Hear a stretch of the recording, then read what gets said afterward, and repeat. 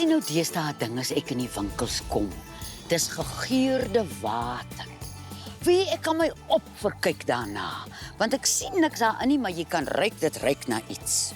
En as jy nou lus is om jou water te geur, of selfs jou rooibos tee, hy's lieflik, hierdie lemon verbena, kan 'n mens nou, hoeveel sal ek nou in my rooibos tee sit? Ek gaan soveel. Hierdie takkie, so met sy stammetjie en sy blaartjies, gaan ek in so 'n liter rooibos tee sit. En rooibos tee kan ons lekker koud ook gedrink word. En is so heerlik verfrissend.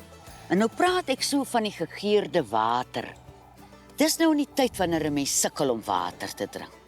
As dit somer is, hier op hierdie teefontein, drink mens gellingswater. Maar as die herfs en die winter kom, en ons moet ons waters drink julle, dan is 'n mens so half, jy is nie lus vir water nie. Dan vat ek nou my literbottel. En vir my literbottel sal ek nou soveel lemon verbena insit.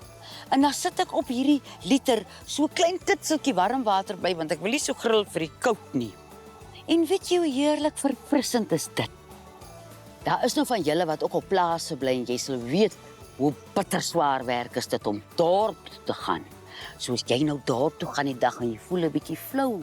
Maak vir jou hierdie lemon verbena water of rooibos tee en jy sal voel hoe fris en vars kom jy in die dorp aan.